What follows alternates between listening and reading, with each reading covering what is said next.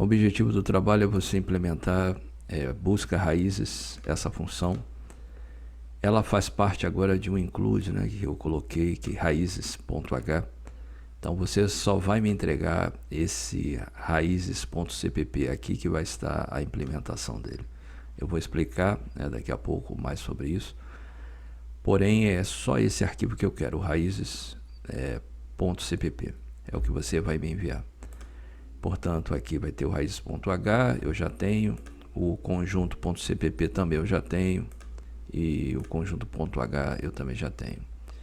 Aqui eu tenho uma classe de intervalos, que eu já expliquei como ela funciona nos vídeos anteriores.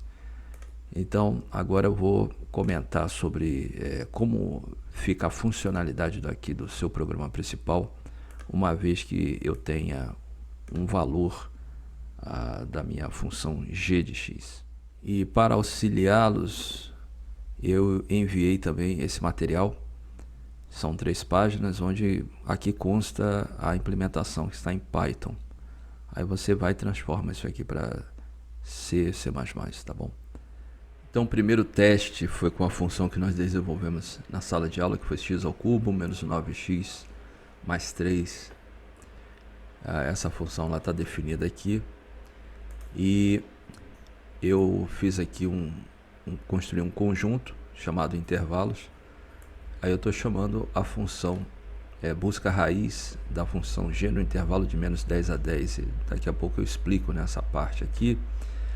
E você também está reparando que agora eu coloquei sets e estou chamando aqui intervalos. Vamos rodar primeiro para ver o que acontece.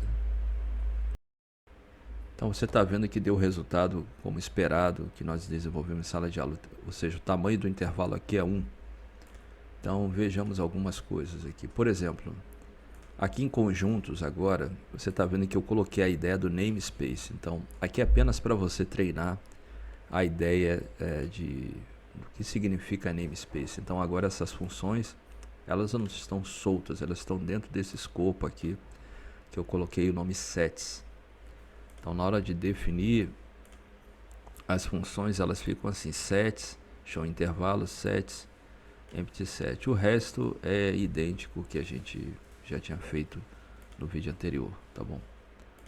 E raízes agora eu tenho um namespace aqui chamado roots, e com isso eu tenho essa função, que é a função que você vai implementar.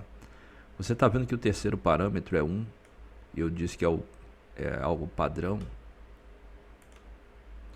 Aqui na hora da definição, né, da função, você não coloca o valor, tá certo? Então apenas na declaração da função aqui você pode colocar um valor padrão. Então aqui na hora na chamada eu não preciso especificar o tamanho, porque ele já sabe que ali é 1. Eu vou rodar essa função aqui, deixa eu apagar isso daqui. Então vou rodar agora com outro valor.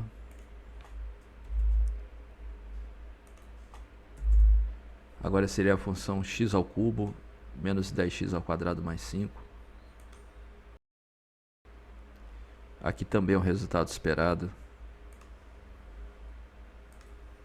Você pode comparar isso aqui com o Wolfram, tá bom? Para terminar, eu peguei aqui uma outra função, que seria x ao quadrado, a cosseno x, a 4 seno x ao quadrado, enfim, essa função aqui. Vamos ver um detalhe aqui. Então ele está dizendo que o conjunto é vazio, porém, se verificarmos aqui essa função, você está vendo que ela tem 4 raízes, né? O gráfico dela é esse. O problema é que as raízes estão muito juntas, então com isso você pode estipular aqui um outro valor, botar 0.2.